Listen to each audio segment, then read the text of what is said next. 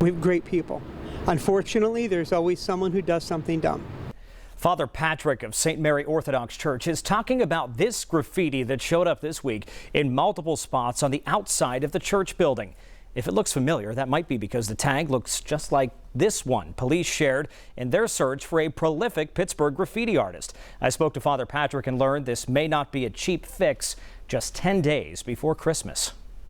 The custodian came into the house and said, "Father, we have a problem." Father Patrick has been at Holy Assumption of St. Mary Orthodox Church on the south side for nearly 3 decades. We came out, we saw it, and I said, "Oh, God." His church tagged, graffiti adorning the front and back of the building. Parishioners have been furious. The neighborhood community has been furious. Now just 10 days before one of the holiest days of the year. You know, the churches are sacred spaces, and unfortunately, as we know from history, they're oftentimes the things that are vandalized. The graffiti at St. Mary's, part of a bigger issue in the city's South Side and Oakland areas.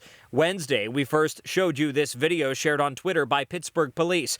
They say it's of a, quote, prolific tagger who uses the tag A-Chiz. That's A-C-H-I-Z-Z.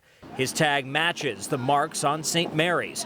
Police say the man in the video has a distinctive walk and are asking for your help finding him. Meanwhile, the cleanup at St. Mary's could be costly. A contractor scheduled to take a look at the damage Friday. That's a ridiculous waste of money.